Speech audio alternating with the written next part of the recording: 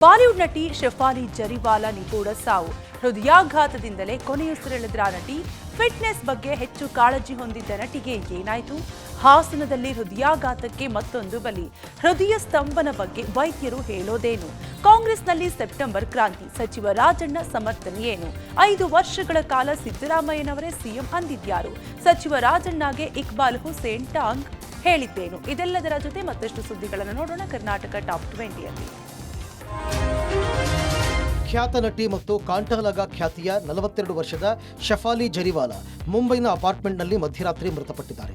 ಹೃದಯಾಘಾತದಿಂದ ಶೆಫಾಲಿ ಜರಿವಾಲಾ ಮೃತಪಟ್ಟಿದ್ದರೂ ಸಾವಿನ ಬಗ್ಗೆ ಪೊಲೀಸರು ಅನುಮಾನ ವ್ಯಕ್ತಪಡಿಸಿದ್ದಾರೆ. ಮಧ್ಯರಾತ್ರಿ ಅಪಾರ್ಟ್ಮೆಂಟ್ನಿಂದ ಆಸ್ಪತ್ರೆಗೆ ದಾಖಲಾಯಿತಾದರೂ ಶೆಫಾಲಿ ಜರಿವಾಲಾ ಆಸ್ಪತ್ರೆಗೆ ಸಾಗಿಸುವಷ್ಟರಲ್ಲಿ ವಿಧಿವಶರಾಗಿದ್ದಾರೆ. ಮರಣೋತ್ತರ ಪರೀಕ್ಷೆ ನಡೆದಿದ್ದು ವರದಿ ಬಂದ ಬಳಿಕ ನಿಖರ ಕಾರಣ ತಿಳಿದು ಬರಲಿದೆ. ಇನ್ನು ಶೆಫಾಲಿ ನಿವಾಸಕ್ಕೆ ಪೊಲೀಸರು ಆಗಮಿಸಿದ್ದು ಕುಟುಂಬಸ್ಥರು ಹಾಗೂ ಮನೆಯ ಕೆಲಸದವರನ್ನ ವಿಚಾರಣೆಗೆ ಒಳಪಡಿಸಿದ್ದಾರೆ. ಇನ್ನು ವಿಧಿವಿಜ್ಞಾನ ತಜ್ಞರು ಕೂಡ ಅಪಾರ್ಟ್ಮೆಂಟ್ಗೆ ಭೇಟಿ ಕೊಟ್ಟು ಪರಿಶೀಲಿಸಿದ್ದಾರೆ. ಕನ್ನಡದ ಹುಡುಗರು ಸಿನಿಮಾದ ಪಂಕಜ ಹಾಡು ಕಾಂಟಲಗ ಸಾಂಗ್ನಿಂದ ಶೆಫಾಲಿ ಭಾರಿ ಜನಪ್ರಿಯರಾಗಿದ್ದರು. ಹಿಂದಿಯ ಬಿಗ್ ಬಾಸ್ನಲ್ಲೂ ಕೂಡ ಸ್ಪರ್ಧಿಯಾಗಿದ್ದರು.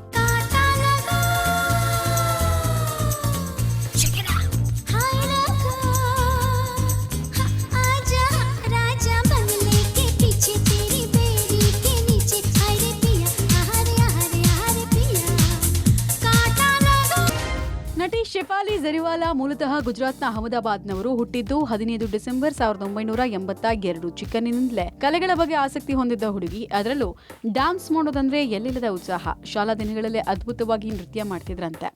ಆ ಉತ್ಸಾಹವೇ ಅವರನ್ನ ಬಣ್ಣದ ಲೋಕಕ್ಕೆ ಕರ್ಕೊಂಡು ಬಂದಿದೆ. ಕೊನೆವರೆಗೂ ಅವರನ್ನ ಕಲಿಯೇ ಕೈ ಹಿಡಿದಿತ್ತು. ಶೆಫಾಲಿ ಜರಿವಾಲಾ ಏಕಾಏಕಿ ಫೇಮಸ್ ಆದವರಲ್ಲ. ಬಾಲಿವುಡ್ನ ಅನೇಕ ನಿರ್ದೇಶಕ ನಿರ್ಮಾಪಕರ ಮನೆ ಬಾಗಿಲು ಸುತ್ತವರು. ಪುಟ್ಟ ಪುಟ್ಟ ಪಾತ್ರಗಳಿಗೆ ಹಂಬಲಿಸಿದವರು. ಪಾತ್ರಗಳು ಸಿಗದೆ ಹೋದಾಗ ನಿರಾಸೆ ಪಟ್ಟವರು. ಫಿಟ್ನೆಸ್ ಬಗ್ಗೆ ಹೆಚ್ಚಿನ ಕಾಳಜಿ ವಹಿಸ್ತಾ ಇದ್ದ ನಟಿ ಶೆಫಾಲಿ 42ನೇ ವಯಸ್ಸಿನಲ್ಲೂ ಫಿಟ್ ಆಗಿದ್ರು. 5ರಿಂದ 6 ವರ್ಷಗಳಿಂದ ನಟಿ ಶೆಫಾಲಿ ವಯಸ್ಸಾಗುವಿಕೆ ವಿರೋಧಿ ಚಿಕಿತ್ಸೆ ಪಡಿತಾ ಇದ್ರು ಅಂತ ನಟಿ ಶೆಫಾಲಿ ಜರಿವಾಲಾ ವೈದ್ಯರು ಮಾಹಿತಿ ಕೊಟ್ಟಿದ್ದಾರೆ. ಇನ್ನು ನಟಿ ಶೆಫಾಲಿ ಜರಿವಾಲಾ ಫಿಟ್ಸ್ ನಿಂದ ಬಳಲ್ತಾ ಇದ್ರು ಅನ್ನೋದು ತಿಳಿದು ಬಂದಿದೆ. 15ನೇ ವಯಸ್ಸಿನಿಂದ ಮೂರ್ಛೆ ರೋಗದಿಂದ ಬಳಲ್ತಾ ಇದ್ದ ನಟಿ ಇದರಿಂದ ಖಿನ್ನತೆಗೊಳಗಾಗಿದ್ದು ಈ ಬಗ್ಗೆ ಖಾಸಗಿ ಸಂದರ್ಶನದಲ್ಲಿ ಹೇಳಿಕೊಂಡಿದ್ರು. ಹಾಸನದಲ್ಲಿ ಹೃದಯಾಘಾತಕ್ಕೆ ಯುವಕರು ಸರಣಿ ಸಾವಾಗ್ತಾ ಇರೋದು ಆತಂಕವನ್ನ ಹೆಚ್ಚಿಸಿದೆ. 20ರಿಂದ 40 ವರ್ಷದ ಯುವಕರು ಸಾವನ್ನಪ್ತಾ ಇರೋದು ಆತಂಕವನ್ನ ಇಮ್ಮಡಿಗೊಳಿಸಿದೆ. 1 ತಿಂಗಳ ಅಂತರದಲ್ಲೇ ಹೃದಯಾಘಾತಕ್ಕೆ ಬಲಿಯಾದ ಯುವಕರ ಸಂಖ್ಯೆ 17ಕ್ಕೆ ಏರಿಕೆಯಾಗಿದೆ. ಇಂದು ಕೂಡ ಹಾಸನ ಜಿಲ್ಲೆಯಲ್ಲಿ ಹೃದಯಾಘಾತಕ್ಕೆ ಮತ್ತೊಂದು ಬಲಿಯಾಗಿದೆ. 37 ವರ್ಷದ ಗೋವಿಂದ ಅನ್ನೋರು ಹೃದಯಾಘಾತದಿಂದ ಸಾವನ್ನಪ್ಪಿದ್ದಾರೆ. ಹಾಸನದ ಸಿದ್ದೇಶ್ವರ ನಗರದಲ್ಲಿ ಘಟನೆ ಆಗಿದೆ. ಆಟೋ ಚಾಲಕನಾಗಿದ್ದ ಗೋವಿಂದಾಗೆ ಇಂದು ಬೆಳಗ್ಗೆ 7 ಗಂಟೆ ಸಮಯದಲ್ಲಿ ಆಟೋ ಚಲಾಯಿಸುವಾಗ ಎದೆ ನೋವು ಕಾಣಿಸಿಕೊಂಡಿತ್ತು. ಕೂಡಲೇ ಆಟೋ ಚಲಾಯಿಸಿಕೊಂಡು ಜಿಲ್ಲಾಸ್ಪತ್ರೆಗೆ ತೆರಳಿದ್ದ ಗೋವಿಂದ ಸರ್ಕಾರಿ ಆಸ್ಪತ್ರೆಯಲ್ಲಿ ಹೃದಯಾಘಾತದಿಂದ ಸಾವನ್ನಪ್ಪಿದ್ದಾರೆ. 1 ತಿಂಗಳ ಅಂತರದಲ್ಲಿ 17 ಮಂದಿ ಹೃದಯಾಘಾತದಿಂದ ಸಾವನ್ನಪ್ಪಿದ್ದಾರೆ. ಇತ್ತೀಚೆಗೆ ಹದಿಹರೆಯದವರಲ್ಲೇ ಹೃದಯಾಘಾತಗಳು ಹೆಚ್ಚಾಗ್ತಿದೆ. ಈ ಪ್ರಕರಣಗಳಿಂದ ಹೃದ್ರೋಗ ತಜ್ಞರು ಸಹ ಆಘಾತ ವ್ಯಕ್ತಪಡಿಸಿದ್ದಾರೆ. ಮಾನಸಿಕ ಒತ್ತಡ, ಧೂಮಪಾನ, ಮದ್ಯಪಾನ, ಜೀವನ ಶೈಲಿಯೇ ಹೃದಯಾಘಾತಕ್ಕೆ ಕಾರಣವಾಗಿದೆ ಅಂತ ಹೃದ್ರೋಗ ತಜ್ಞರು ಹೇಳ್ತಿದ್ದಾರೆ. ಹೃದಯದ ವಿಚಾರದಲ್ಲಿ ನಿರ್ಲಕ್ಷ್ಯ ಮಾಡದಂತೆ ವೈದ್ಯರ ಸಲಹೆ ನೀಡಿದ್ದು, ನಿಯಮಿತ ವ್ಯಾಯಾಮ, ಆರೋಗ್ಯ ತಪಾಸಣೆಗೆ ಒತ್ತು ನೀಡಿ ಜಂಕ್ ಫುಡ್, ಲೇಟ್ ನೈಟ್ ಊಟ ಮಾಡದಂತೆ ಸಲಹೆ ನೀಡಿದ್ದಾರೆ. ಒತ್ತಡ ಅನ್ನೋದು ಬಹಳ ಮುಖ್ಯವಾದಂಥ ಕಾರಣ ಆಗಿದೆ. ಒತ್ತಡವನ್ನು ನಾವು ಈಗ ಹೊಸ ಧೂಮಪಾನ ಅಂತ ಹೇಳ್ತೀವಿ. ಯಾಕೆಂದರೆ ಒತ್ತಡ ಇವತ್ತು ನಮ್ಮ ಯುವಕರಲ್ಲಿ ಏನಾಗ್ತಾ ಇದೆ, ಎಲ್ಲ ಕೂಡ ಬೇಗ ಆಗಬೇಕು. 10 ವರ್ಷದಲ್ಲಿ ಮಾಡತಕ್ಕಂಥ ಸಾಧನೆ 10 ತಿಂಗಳಲ್ಲಿ ಮಾಡಬೇಕು. ಅದರಿಂದ ಬಹಳ ಅವರ ಪ್ರೊಫೆಷನ್ ಈಗ ಮಧ್ಯರಾತ್ರಿ ತನಕ ಕೆಲಸ ಮಾಡೋದು, ಬೆಳಗಿನ ಜಾವದ ತನಕ ಕೆಲಸ ಮಾಡೋಂಥದ್ದು. ಸೊ ಈ ಸ್ಪರ್ಧಾತ್ಮಕ ಜಗತ್ತು ಮತ್ತು ಬದಲಾದ ಜೀವನ ಶೈಲಿ ಅದು ಕೂಡ ಇವತ್ತು ಹೆಚ್ಚು ಒತ್ತಡವನ್ನು ತಂದಿದೆ. ಆಗಸ್ಟ್ ಸೆಪ್ಟೆಂಬರ್ ಕ್ರಾಂತಿ ಆಗತ್ತೆ ಎಂಬ ತಮ್ಮ ಹೇಳಿಕೆಯನ್ನ ರಾಜಣ್ಣ ಸಮರ್ಥಿಸಿಕೊಂಡಿದ್ದಾರೆ. ಈ ಬಗ್ಗೆ ತುಮಕೂರಿನಲ್ಲಿ ಮಾತನಾಡಿದ ಸಚಿವ ಕೆಎನ್ ರಾಜಣ್ಣ, ಕ್ರಾಂತಿ ಅಂದ್ರೆ ಹಸಿರು ಕ್ರಾಂತಿಯೂ ಆಗಬಹುದಲ್ವಾ ಅಂದಿದ್ದಾರೆ. ಬರೀ ಕಾಂಗ್ರೆಸ್ನಲ್ಲಿ ಮಾತ್ರ ಕ್ರಾಂತಿ ಅಂತ ಯಾಕೆ ಭಾವಿಸ್ತೀರಾ? ನಾನು ಹೇಳಿದ ತಕ್ಷಣ ಬರೀ ಕಾಂಗ್ರೆಸ್ನಲ್ಲಿ ಮಾತ್ರ ಕ್ರಾಂತಿ ಆಗತ್ತೆ ಅಂತ ಅಂದ್ಕೊಳ್ಬಾರ್ದು. ಬಿಜೆಪಿಯಲ್ಲೂ ಕ್ರಾಂತಿ ಆಗ್ತಾ ಇದೆ, ಕೇಂದ್ರದಲ್ಲೂ ಕ್ರಾಂತಿ ಆಗ್ಬಹುದು. ರಾಜಕಾರಣ ಬದಲಾವಣೆಯ ನಿಯಮ ಹೊಂದಿದೆ. ಯಾವ ಸಂದರ್ಭದಲ್ಲಿ ಏನ್ ಬೇಕಾದ್ರೂ ಆಗಬಹುದು ಅಂದಿದ್ದಾರೆ. ಇನ್ನು ಕೆಪಿಸಿಸಿ ಅಧ್ಯಕ್ಷ ಸ್ಥಾನ ಬದಲಾವಣೆ ಆಗುತ್ತೆ. ಸತೀಶ್ ಜಾರಕಿಹೊಳಿ ಕೆಪಿಸಿಸಿ ಅಧ್ಯಕ್ಷ ಆಗಬಹುದು. ಯಾವಾಗ ಅಂತ ಹೈಕಮಾಂಡ್ ನಿರ್ಧಾರ ಮಾಡತಂದಿದ್ದಾರೆ. ಈ ಬಗ್ಗೆ ಡಿಸಿಎಂ ಡಿಕೆ ಶಿವಕುಮಾರ್ ಪ್ರತಿಕ್ರಿಯೆ ಕೊಟ್ಟು, ಯಾವುದೇ ಕ್ರಾಂತಿ ಇವತ್ತಿನ ತನಕ ಆಗಿಲ್ಲ, ಅದನ್ನ ರಾಜಣ್ಣ ಅವರೇ ಹೇಳಬೇಕು ಅಂದಿದ್ದಾರೆ. ಕ್ರಾಂತಿ ಅಂದ್ರೆ ಎಷ್ಟು ತರ ಕ್ರಾಂತಿ ಇದಾವೆ. ನಾನು ಹೇಳಿದ ಕ್ಷಣಕ್ಕೆ ಬರೀ ಕಾಂಗ್ರೆಸ್ನಲ್ಲೇ ಕ್ರಾಂತಿ ಆಗ್ತದೆ ಅಂತ ನೀವು ಭಾವಿಸಬಾರ್ದು. ಬಿಜೆಪಿನಲ್ಲೂ ಆಗ್ತಾ ಇಲ್ವಾ? ಈವನ್ ಕೇಂದ್ರ ಸರ್ಕಾರದಲ್ಲೂ ಕೂಡ ಬದಲಾವಣೆಗಳನ್ನು ನಿರೀಕ್ಷೆ ಮಾಡಬಹುದು. ಸತೀಶ್ ಜಾರಕಿಹೊಳಿ ಅವರು ಆಗಬಹುದು ಏನೋ ಅಂತ ಅನ್ಕೊಂಡಿದ್ದೇನೆ, ಆಗಬಹುದು. ಕ್ರಾಂತಿ ಅನ್ನೋ ಪದ ಯಾಕೆ ನೀವಾದ್ರೂ ಯಾವ ರೀತಿ ಏನು ಚೀಫ್ ಮಿನಿಸ್ಟರ್ ಇದ್ದಾರೆ, ರಾಜಣ್ಣ ಇದ್ದಾರೆ. ನಿನ್ನೆ ರಾತ್ರಿ ಡಿಸಿಎಂ ಡಿಕೆ ಶಿವಕುಮಾರ್ ಹಾಗೂ ಗೃಹ ಸಚಿವ Parameshwar midnight power sharing meeting ನಡೆಸಿದ್ರು. ಈ ಬಗ್ಗೆ ಪ್ರತಿಕ್ರಿಯಿಸಿದ ಡಿಸಿಎಂ ಡಿಕೆ ಶಿವಕುಮಾರ್, ಹೌದು, ಪರಮೇಶ್ವರ್ ನನ್ನ ಭೇಟಿಗೆ ಬಂದದ್ದು ನಿಜ, ಆದರೆ ಬೇರೆ ವಿಚಾರಕ್ಕೆ ಭೇಟಿ ಆಗಲು ಬಂದಿದ್ರು. ಪವರ್ ಶೇರಿಂಗ್ ಇಲ್ಲ, ಯಾವ ವಿಚಾರವೂ ಇಲ್ಲ. ಪಕ್ಷದ ಪರವಾಗಿ ಶಿಸ್ತಿನಿಂದ ಕೆಲಸ ಮಾಡಬೇಕು ಅಷ್ಟೇ ಅಂತ ಸ್ಪಷ್ಟನೆ ಕೊಟ್ಟರು. ಇನ್ನು ಕಾಂಗ್ರೆಸ್ನಲ್ಲಿ ಸೆಪ್ಟೆಂಬರ್ ಕ್ರಾಂತಿ ಬಿರುಗಾಳಿ ಬಗ್ಗೆ ಮಾತನಾಡಿದ ಯತೀಂದ್ರ, ಸಿದ್ದರಾಮಯ್ಯ 5 ವರ್ಷಗಳ ಕಾಲ ಸಿದ್ದರಾಮಯ್ಯನವರೇ ಸಿಎಂ ಬದಲಾವಣೆ ಬಗ್ಗೆ ಹೈಕಮಾಂಡ್ ಸೂಚನೆ ಬಂದಿಲ್ಲ, ಕೆಲವು ಗುಂಪುಗಳಷ್ಟೇ ಬದಲಾವಣೆ ಅಂತಿದ್ದಾರೆ ಅಂತ ಹೇಳಿದ್ರು. ಬಂದಿದ್ರು ಬೇರೆ ಯಾವುದೋ ವಿಚಾರಕ್ಕೆ ಮೊನ್ನೆ ಬಂದಿದ್ರು ಮಿಡ್ನೈಟ್ ಮೀಟಿಂಗ್ ನಾವೇನು ಮಾಡಂಗಿಲ್ಲ. ಪವರ್ ಶೇರಿಂಗ್ ವಿಚಾರ ಯಾವ ವಿಚಾರನೂ ಚರ್ಚೆ ಇಲ್ಲ.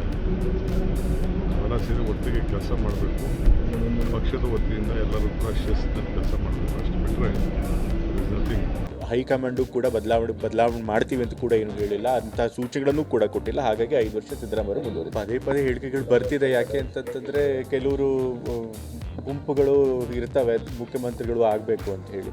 ಸೊ ಹಾಗಾಗಿ ಆ ರೀತಿ ಊಹಾಪೋಹಗಳನ್ನು ಅವರು ಹಡೆಯುವಂಥ ಪ್ರಯತ್ನ ಮಾಡ್ತಿರ್ತಾರೆ.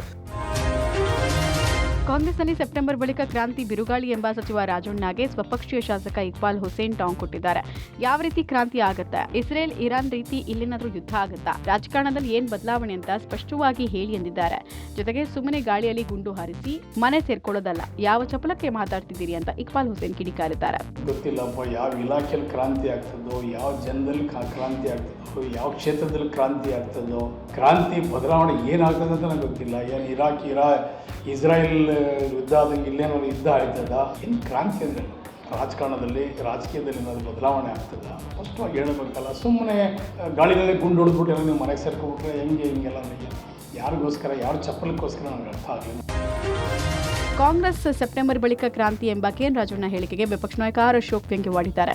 ಸಿಎಂ ಬದಲಾವಣೆ ನಿಶ್ಚಿತವಾಗಿದೆ, ಈ ಬಾರಿ ದಸರಾವನ್ನ ಸಿದ್ದರಾಮಯ್ಯ ಮಾಡಲ್ಲ. ಶಾಸಕರು ಸಚಿವರು ಈಗ ಅದನ್ನೇ ಹೇಳ್ತಾ ಇದ್ದಾರೆ. ಅಧಿಕಾರ ಹಸ್ತಾಂತರ ಮೊದಲೇ ನಿಶ್ಚಯವಾಗಿದೆ, ಆದರೂ ಸಿದ್ದರಾಮಯ್ಯ ಏನೂ ಆಗಿಲ್ಲ ಅನ್ನೋ ರೀತಿ ಮಾತಾಡ್ತಿದ್ದಾರೆ. ಇನ್ನು ಕಾಂಗ್ರೆಸ್ನಲ್ಲಿ ಅಧಿಕಾರದ ಕಿತ್ತಾಟ ತಾರಕಕ್ಕೇರಿದೆ. ಈ ಭ್ರಷ್ಟ ಸರ್ಕಾರ ಯಾವಾಗ ಕಿತ್ತು ಹೋಗುತ್ತೆ ಅಂತ ಜನ ಕಾಯ್ತಿದ್ದಾರೆ. ಸಿದ್ದರಾಮಯ್ಯ ಸುಳ್ಳಿನ ರಾಜಕಾರಣ ಮಾಡ್ತಿದ್ದಾರೆ ಎಂದಿದ್ದಾರೆ. ಸೆಪ್ಟೆಂಬರ್ ಅಲ್ಲಿ ಈ ರಾಜ್ಯದಲ್ಲಿ ಬದಲಾವಣೆ ನಿಶ್ಚಿತ, ಖಚಿತ. ಅಗ್ರಿಮೆಂಟ್ ಪ್ರಕಾರ ಅವರು ಬಿಟ್ಕೊಡ್ಬೇಕಾಗ್ತೈತೆ. ಆ ತರದ ಒಂದು ಮಾತುಕತೆ ಆಗಿರೋದು ನಿಜ. ಅದಕ್ಕೋಸ್ಕರ ಚೇರ್ಗಳ ಕಿತ್ತಾಟ ಆಗ್ತಾ ಇದೆ. ಟ್ರೈಲರ್ ಈಗ ಬರ್ತಾ ಇದೆಯಲ್ಲ, ಮಂತ್ರಿಗಳೆಲ್ಲ ಹೇಳ್ತಾ ಇದಾರಲ್ಲ, ಒಬ್ರು ಭಾರಿ ಬದಲಾವಣೆ, ಕ್ರಾಂತಿ ಅಂದ್ರೆ ಇನ್ ಕೆಲವರು ಇಲ್ಲ ಸ್ವಲ್ಪ ಕ್ರಾಂತಿ ಅಂತಾರೆ. ಈ ಸರಿ ದಸರಾ ಅವರು ಮಾಡಲ್ಲ, ಪಕ್ಕ ಹೊಸ ಸಿಎಂ ಮಾಡ್ತಾರೆ. 2 ವರ್ಷದಿಂದ ನಿರಂತರವಾಗಿ ಮನಸ್ಸಿಗೆ ಏನು ಬರುತ್ತೋ ಹೇಳ್ತಕ್ಕಂಥದ್ದು ಸರ್ವೇ ಸಾಮಾನ್ಯ ಹೋಗಿದೆ. ರಾಜಕೀಯದ ಬೆಳವಣಿಗೆ ಆಗುತ್ತೆ, ಈಗಾಗುತ್ತೆ, ಬರೀ ಇದನ್ನ ಹೇಳ್ತಾ ಇರ್ತಕ್ಕಂಥದ್ದು ಕಾಂಗ್ರೆಸ್ನ ಕರ್ನಾಟಕದ ಜನಪ್ರತಿನಿಧಿಗಳ ಹೇಳಿಕೆಗಳಿದೆಯಲ್ಲ, ಯಾರು ಅದನ್ನ ಗಂಭೀರವಾಗಿ ಪರಿಗಣಿಸಿಲ್ಲ ಅನ್ನೋದು ನನ್ನ ಅಭಿಪ್ರಾಯ.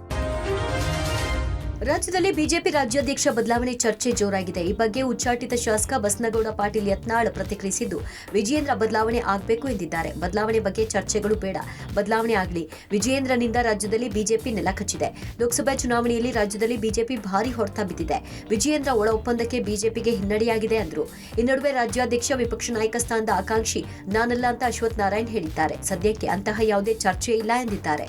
ಕರ್ನಾಟಕದಲ್ಲಿ ಬಿಜೆಪಿ ಉಳಿಸಬೇಕಾದ್ರೆ ಯಡಿಯೂರಪ್ಪ ಕುಟುಂಬದಿಂದ ಬಿಜೆಪಿ ಮುಕ್ತ ಆಗುತ್ತೆ. ಇಲ್ಲ ಅಂದ್ರೆ ಕರ್ನಾಟಕದಲ್ಲಿ ಬಿಜೆಪಿಗೆ ಭವಿಷ್ಯ ಭಾಳ ಕಡಿಮೆ ಇದೆ. ಯತ್ನಾಳರನ್ನ ವಾಪಸ್ ಬಿಜೆಪಿ ಕರೆತರ್ಬೇಕಂತೇಳಿ ಹಲವಾರು ಜನರು ಪರೋಕ್ಷವಾಗಿ ತೆರೆಮೆರೆಯಲು ಪ್ರಯತ್ನ ಮಾಡ್ತಾರೆ. ಇಡೀ ರಾಜ್ಯದಲ್ಲಿ ಹಿಂದುತ್ವದ ಪರವಾಗಿ ಗಟ್ಟಿದ್ವಿ ನಾವೇ. ವಿಜೇಂದ್ರ ಅಂದ್ರೆ ಹಿಂದುತ್ವ ಕಾರ್ಯಕರ್ತರು ಏನಾರು ಆದಾಗ ಹೋಗಿ ಏನಾರು ಮಾಡಿ ಅಂತ ಎಲ್ಲರೂ ವಿಧಾನಸಭಾದಾಗ ಹಿಂದೂಗಳ ಪರವಾಗಿ ಮಾತಾಡೋಣ. ವಿಶ್ವವಿಖ್ಯಾತ ಮೈಸೂರು ದಸರಾವನ್ನ ಪ್ರತಿ ಬಾರಿಯಂತೆ ಈ ಬಾರಿಯೂ ವಿಜೃಂಭಣೆಯಿಂದ ಆಚರಿಸಲು ರಾಜ್ಯ ಸರ್ಕಾರ ತೀರ್ಮಾನಿಸಿದೆ. ಇಂದು ಸಿಎಂ ಸಿದ್ದರಾಮಯ್ಯ ದಸರಾ ಉತ್ಸವ ಪೂರ್ವಭಾವಿ ಸಭೆ ನಡೆಸಿದ್ರು. ಸಭೆ ಬಳಿಕ ಮಾತನಾಡಿದ ಸಿಎಂ, ಈ ಬಾರಿ ಅದ್ದೂರಿ ದಸರಾ ನಡೆಯಲಿದೆ ಅಂದ್ರು. ಸೆಪ್ಟೆಂಬರ್ 22ರಿಂದ ಅಕ್ಟೋಬರ್ 2ರವರೆಗೆ ಮೈಸೂರು ದಸರಾ ಉತ್ಸವ ನಡೆಯಲಿದ್ದು, ಸೆಪ್ಟೆಂಬರ್ 22ರಂದು ಬೆಳಗ್ಗೆ 10:10ಕ್ಕೆ ಚಾಮುಂಡಿ ಬೆಟ್ಟದಲ್ಲಿ ಮೈಸೂರು ದಸರಾಗೆ ಚಾಲನೆ ಸಿಗಲಿದೆ. ಅಕ್ಟೋಬರ್ 2ರಂದು ದಸರಾ ಜಂಬೂ ಸವಾರಿ ನಡೆಯಲಿದೆ. ಈ ಬಾರಿ 11 ದಿನ ದಸರಾ ಆಚರಣೆ ಇರಲಿದ್ದು, ಆಗಸ್ಟ್ 4ನೇ ತಾರೀಕು ಗಜಪಯಣ ಆರಂಭವಾಗಲಿದೆ. ಈ ಬಾರಿ 21 ದಿನಗಳ ಕಾಲ ದೀಪಾಲಂಕಾರ ಇರಲಿದ್ದು, 10 ಲಕ್ಷ ಜನ ದಸರಾದಲ್ಲಿ ಭಾಗವಹಿಸುವ ನಿರೀಕ್ಷೆ ಇದೆ. ಪೊಲೀಸರು ಜನಸ್ನೇಹಿ ಆಗಿರಬೇಕು, ಪ್ರವಾಸಿಗರೊಂದಿಗೆ ಪ್ರೀತಿಯಿಂದ ವರ್ತಿಸಬೇಕು ಅಂತ ಸಿಎಂ ಸೂಚಿಸಿದ್ರು. ಈ ಬಾರಿ ಟ್ಯಾಬ್ಲೋದಲ್ಲಿ ಗಾಂಧಿ ಜಯಂತಿಗೆ ಆದ್ಯತೆ ನೀಡಲು ನಿರ್ಧಾರ ಮಾಡಲಾಗಿದೆ. ಈ ಸಾರಿ ದಸರಾ ಸೆಪ್ಟೆಂಬರ್ 22ನೇ ತಾರೀಕಿನಿಂದ ಅಕ್ಟೋಬರ್ 2ನೇ ತಾರೀಕಿನವರೆಗೆ ನಡೀತು. ಅಂದ್ರೆ ನಾರ್ಮಲಿ 10 ದಿನಗಳು ನಡೀತಿತ್ತು, ಈ ಸಾರಿ 11 ದಿನಗಳು. ಈ ಸಾರಿ ಒಳ್ಳೆ ಮಳೆ ಆಗಿದೆ, ಕೆರೆ ಕಟ್ಟೆಗಳು ನದಿಗಳೆಲ್ಲ ತುಂಬಿದಾವೆ, ರೈತರು ಮುಖದಲ್ಲಿ ಸಂತಸ ಇದೆ, ಅಗ್ರಿಕಲ್ಚರ್ ಆಕ್ಟಿವಿಟೀಸ್ ಎಲ್ಲ ಪ್ರಾರಂಭ ಆಗಿದಾವೆ. ಅದಕ್ಕೋಸ್ಕರ ಈ ಸಾರಿ ದಸರಾನ ವಿಜೃಂಭಣೆಯಿಂದ ಮಾಡ್ತಾ ಇದ್ದೀವಿ. ಆರ್ಸಿಬಿ ವಿಜಯೋತ್ಸವದ ವೇಳೆ ಕಾಲ್ತುಳಿತದಲ್ಲಿ 11 ಜನ ಅಭಿಮಾನಿಗಳು ಕಾಲ್ತುಳಿತಕ್ಕೆ ಬಲಿಯಾಗಿದ್ರು. ಈ ಸಂಬಂಧ 3 ಐಪಿಎಸ್ ಅಧಿಕಾರಿಗಳನ್ನು ರಾಜ್ಯ ಸರ್ಕಾರ ಅಮಾನತು ಮಾಡಿತ್ತು. ಇದೀಗ ಅಮಾನತು ಆದೇಶವನ್ನು ಕೇಂದ್ರ ಸರ್ಕಾರ ಅಂಗೀಕಾರ ಮಾಡಿದೆ. ಈ ಮೂಲಕ 3 ಐಪಿಎಸ್ ಅಧಿಕಾರಿಗಳಿಗೆ ಶಾಕ್ ಕೊಟ್ಟಿದೆ. ಕಾಲ್ತುಳಿತ ಪ್ರಕರಣದಿಂದ ರಾಜ್ಯ ಸರ್ಕಾರ ತೀವ್ರ ಮುಖಭಂಗಕ್ಕೆ ಒಳಗಾಗಿತ್ತು. ಇದರಿಂದ ಎಚ್ಚೆತ್ತ ರಾಜ್ಯ ಸರ್ಕಾರ ಪ್ರಾಥಮಿಕ ವರದಿ ಆಧಾರದ ಮೇಲೆ ಬೆಂಗಳೂರು ಪೊಲೀಸ್ ಕಮಿಷನರ್ ಆಗಿದ್ದ ಬಿ ದಯಾನಂದ್, ಹೆಚ್ಚುವರಿ ಪೊಲೀಸ್ ಕಮಿಷನರ್ ಆಗಿದ್ದ ವಿಕಾಸ್ ಕುಮಾರ್, ಕೇಂದ್ರ ವಿಭಾಗದ ಡಿಸಿಪಿ ಆಗಿದ್ದ ಶೇಖರ್ ಎಸ್ ಅವರನ್ನ ಅಮಾನತು ಮಾಡಿ ಆದೇಶ ಹೊರಡಿಸಿತ್ತು. ರಾಜ್ಯ ಸರ್ಕಾರ 3 ಐಪಿಎಸ್ ಅಧಿಕಾರಿಗಳನ್ನು ಅಮಾನತು ಮಾಡಿ ಆದೇಶ ಕೊಟ್ಟಿದ್ದ ವರದಿಯನ್ನು ಕೇಂದ್ರ ಗೃಹ ಇಲಾಖೆಗೆ ಕಳಿಸಲಾಗಿತ್ತು. ರಾಜ್ಯ ಸರ್ಕಾರ ಕಳುಹಿಸಿದ ವರದಿ ಮತ್ತು ನೀಡಿದ ಕಾರಣಗಳನ್ನು ಪರಿಶೀಲನೆ ನಡೆಸಿದ ಗೃಹ ಇಲಾಖೆ ಇಂದು 3 ಅಮಾನತು ಆದೇಶವನ್ನು ಅಂಗೀಕಾರ ಮಾಡಿದೆ. ಈ ಮೂಲಕ 3 ಐಪಿಎಸ್ ಅಧಿಕಾರಿಗಳಿಗೆ ಶಾಕ್ ಕೊಟ್ಟಿದೆ. ಮಲೆಮಹದೇಶ್ವರ ಬೆಟ್ಟದಲ್ಲಿ 5 ಹುಲಿಗಳಿಗೆ ವಿಷಪ್ರಾಶನ ಪ್ರಕರಣಕ್ಕೆ ಸಂಬಂಧಪಟ್ಟಂತೆ ಹುಲಿಗಳಿಗೆ ವಿಷ ಇಟ್ಟ 3ರನ್ನ ಪೊಲೀಸರು ಬಂಧಿಸಿದ್ದಾರೆ. ಕೋನಪ್ಪ, ಮಾಧುರಾಜ್, ನಾಗರಾಜ್ ಎಂಬುವರನ್ನ ಅರೆಸ್ಟ್ ಮಾಡಲಾಗಿದೆ. ಹಸುವಿನ ಮಾಲೀಕ ಕಳ್ಳ ಬೆದ್ದೊಡ್ಡಿಯ ಕೋನಪ್ಪನನ್ನ ಬಂಧಿಸಲಾಗಿದ್ದು, ಹಸು ಮಾಂಸಕ್ಕೆ ವಿಷ ಬೆರೆಸಿದ್ದ ಮಾಧುರಾಜ್, ನಾಗರಾಜ್ ಎಂಬುವರನ್ನ ಪೊಲೀಸರು ಬಂಧಿಸಿದ್ದಾರೆ. ಹುಲಿಗಳಿಗೆ ವಿಷ ಇಟ್ಟು ಆರೋಪಿಗಳು ಅಮಾಯಕರಂತೆ ಓಡಾಡ್ತಿದ್ರು. ನಿನ್ನೆ ಸ್ಥಳಕ್ಕೆ ಕರೆತಂದಾಗ ನಮಗೇನು ಗೊತ್ತಿಲ್ಲ ಎಂಬಂತೆ ಇದ್ರು. ಹಸುವನ್ನ ಗುರುತು ಹಿಡಿಯೋಕೆ ಸಾಧ್ಯವಾಗ್ತಿಲ್ಲ ಅಂತ ನಾಗರಾಜು ನಾಟಕ ಆಡಿದ್ದ. ಹಸು ಕೂಡ ನಂದಲ್ಲ ಅಂತ ಮಾಲೀಕ ಕೋನಪ್ಪ ಸುಳ್ಳು ಹೇಳಿದ್ದ. ಆದರೆ ಅರಣ್ಯ ಇಲಾಖೆ ಅಧಿಕಾರಿಗಳು ಆರೋಪಿಗಳನ್ನ ವಿಚಾರಣೆಗೆ ಒಳಪಡಿಸಿದಾಗ ಆರೋಪಿಗಳು ಸತ್ಯವನ್ನ ಕಕ್ಕಿದ್ದಾರೆ. ತನಿಖೆ ಮಾಡಕ್ ಹೇಳಿದೀವಿ. ನನಗೆ ಇರ್ತಕ್ಕಂಥ ಇನ್ಫಾರ್ಮೇಶನ್ ಪ್ರಕಾರ ಕೆಲವ್ರನ್ನ ಅರೆಸ್ಟ್ ಮಾಡಿದ್ದಾರೆ. ಅದು ತನಿಖೆ ನಡೆಯುವಾಗ ಅದು ಏನ್ ರಿಪೋರ್ಟ್ ಬರ್ತದೆ, ಯಾರು ತಪ್ಪಿತಸ್ಥರು ಇರ್ತಾರೆ ಅವ್ರ ಮೇಲೆ ಮಾಡ್ತೀವಿ.